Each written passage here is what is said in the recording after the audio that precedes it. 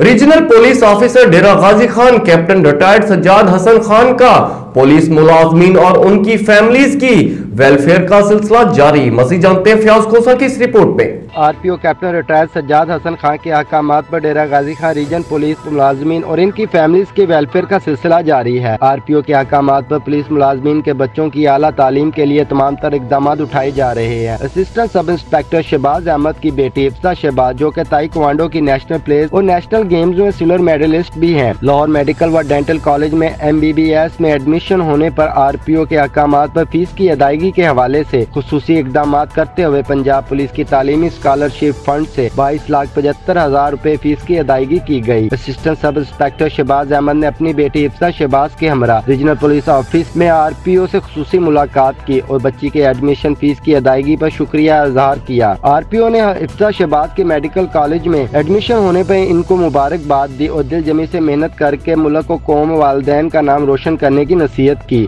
इस मौका पर RPO captain retired Sajjad Hasan Khan का कहना था कि पुलिस मुलाजमीन और इनके बच्चों की वेलफेयर अवलिन तरजीह है। शानदार कारकर्दगी दिखाने वाले बच्चों की हौसला अफजाई के सिलसिले को जारी रखेंगे और इन बच्चों के बेहतर मुस्तकबिल के लिए कोई कसर उठा न रखेंगे।